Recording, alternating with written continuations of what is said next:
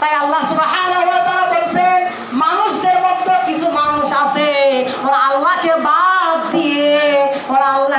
দিয়ে অন্যদেরকে আল্লাহর সমকক্ষ মনে করে, অন্যদেরকে আল্লাহর চেয়ে বেশি ভালোবাসে। আল্লাহকে ভালোবাসার মতন করে তারা কি করে? অন্যদেরকে বেশি ভালোবাসে। মুসলমান, এই আলোচনা করে যা বুঝাতে আপনাদেরকে চাচ্ছিলাম, এই যে চট্টগ্রাম মানুষ বন্যাতে ভেসে গেল, কয়েকদিন মানুষ বন্যাতে ভেসে গেল, মানুষ ঘরের চালের উপর বসে বসে সময় কাটাছে। কিন্তু ওই চট্টগ্রামে দেখেন আল্লাহ কেন গজব দেয়। আল্লাহ যে বলেছেন নমিনান নাসি মাইয়াত্তাখিযু মিন দুনিহি, আল্লাহ বলেন ওরা আমাকে ভালোবাসার মতো করে অন্যদেরকে বেশি ভালোবাসে। ওই চট্টগ্রামে কেন এত গজব আল্লাহ দিল? হয়তোবা ওরা আল্লাহকে ভালোবাসার মতন করে আর্জেন্টিনা ব্রাজিলকেও বেশি ভালোবেসেছে। দেখবেন একদল মানুষ বন্যায় ভেসে গেছে, একদল মানুষের ঘর বাড়ি গরু ছাগল, কত মানুষ আপনার বন্যাতে ভেসে মৃত্যুবরণ করেছে, বন্যার কবল থেকে বাঁচতে পারে নাই। কত গরু ছাগল বন্যায় ভেসে মৃত্যুবরণ করেছে, কত পশু পাখি মৃত্যুবরণ করেছে বন্যাতে ভেসে। কিন্তু একদল মানুষ ওই বৃষ্টির মধ্যে, চট্টগ্রামের মধ্যে বৃষ্টির মধ্যে তারা মাটির মধ্যে একটা আপনার প্রজেক্টর লাগায়া ওই ব্রাজিল আর্জেন্টিনার খেলা বসে বসে দেখে। আর একদল মানুষ বন্যাতে মরে যায়, আর একদল মানুষ কি করে? ওই আর্জেন্টিনা ব্রাজিলের খেলা দেখে। একদল মানুষ ওই বন্যার মধ্যে মানুষকে উদ্ধার না করে, মানুষকে ত্রাণ না দিয়ে, মানুষকে সাহায্য না করে ওরা কি করতেছে? ওই বৃষ্টির মধ্যে ভেজে ভেজে মেসির খেলা দেখতেছে। মেসির একটা গোল দেখা বলে শান্তি। একজন তো বলেই ফেলেছে, আমার আব্বার চেয়ে মেসিকে আমি বেশি ভালোবাসি। একজন এই কথা পর্যন্ত বলছে যে আমার আব্বার চেয়ে মেসিকে আমি বেশি ভালোবাসি। তাহলে জন্মদাতা বাবার চেয়ে মেসিকে বেশি ভালোবাসা মানে কি? তাই আল্লাহ বলছেন ওরা আমাকে ভালোবাসার মতন করে ওরা অন্যদেরকেও আমার সমকক্ষ বানায় এবং আমাকে ভালোবাসার মতন করে অন্যদেরকেও ভালোবাসে। এটাই আল্লাহ কোরআনে বলতেছেন।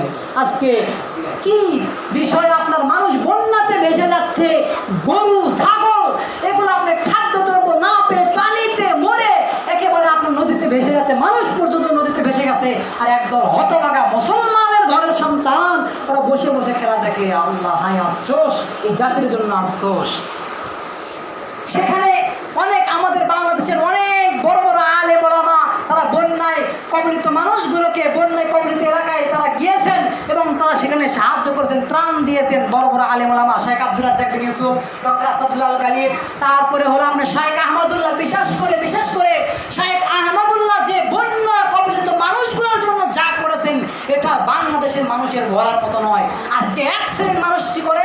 আলেমদেরকে তুচ্ছ তাচ্ছিল্য করে। কোনো আলেম যদি এমপি হয়, মন্ত্রী হয়, তাহলে এই কিছু মানুষের মানে চুলকানি শুরু হয়, হুজুররা সব খেয়ে শেষ করবে, হুজুররা তো সব খেয়ে শেষ করবে। অথচ শেখ আহমদুল্লাহ তিনি কোনো এমপিও নয়, মন্ত্রীও নয়, তিনি একজন আলেম। তিনি আপনার 300 টন আপনার খাদ্য ট্রাক দিয়ে সেই বন্যায় কবলিত মানুষগুলোকে আপনার সাহায্য করেছে এবং গবাদি পশুর খাবারের ব্যবস্থা সেখানে চট্টগ্রামে করেছে। আরও অনেক আলেম ওলামা গেছে, তো আমরা সেগুলোকে সাধুবাদ জানাই। আর মানে কোথায় কথা ওঠে? আজকে আলেমরা কি করলো? বন্যা কবলিত মানুষগুলোকে সাহায্য করার জন্য গেল।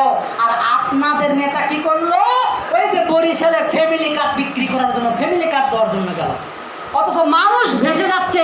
যদি আপনাদের মধ্যে বা নেতা নেত্রীদের মধ্যে ইসলামের ন্যূনতম জ্ঞান থাকতো, যদি ইসলামের একটু জ্ঞান থাকতো, ইসলামের একটু কমন সেন্স থাকতো, তাহলে ওই ফ্যামিলি কার্ড বিক্রি না করে বন্যায় কবলিত মানুষদেরকে বন্যা কার্ড বিক্রি করতো, বন্যা কার্ড দিত।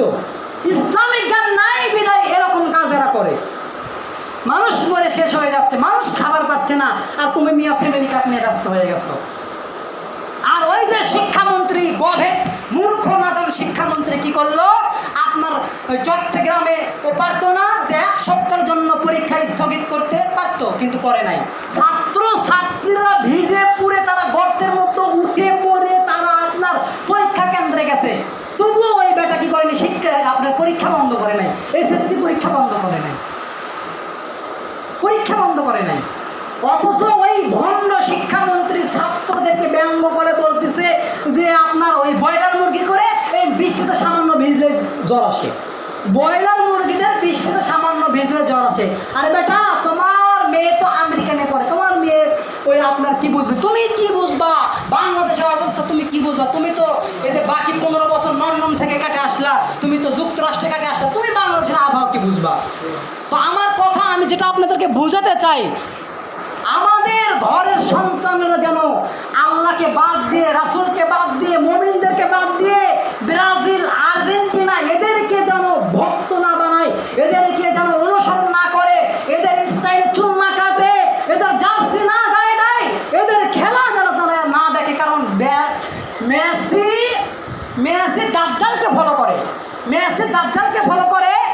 কারণ এর আগে আমি দেখলাম মেসির হাতে, আপনার একটা ছবি দেখলাম, মেসির হাতে দাজ্জালের ট্যাটু আঁকছে। তার মানে মেসি দাজ্জালের উপর ভরসা করে, নাউজুবিল্লাহ।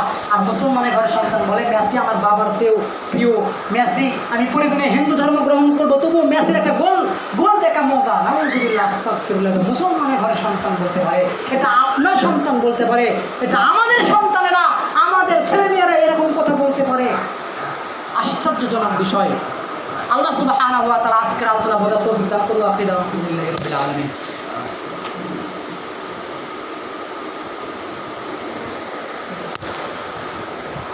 আলহামদুলিল্লাহি ওয়াহদাহু ওয়াসসালাতু ওয়াসসালামু আলা মান লা নাবিয়্যা বা'দা। আউযু বিল্লাহি মিনাশ শাইতানির রাজিম।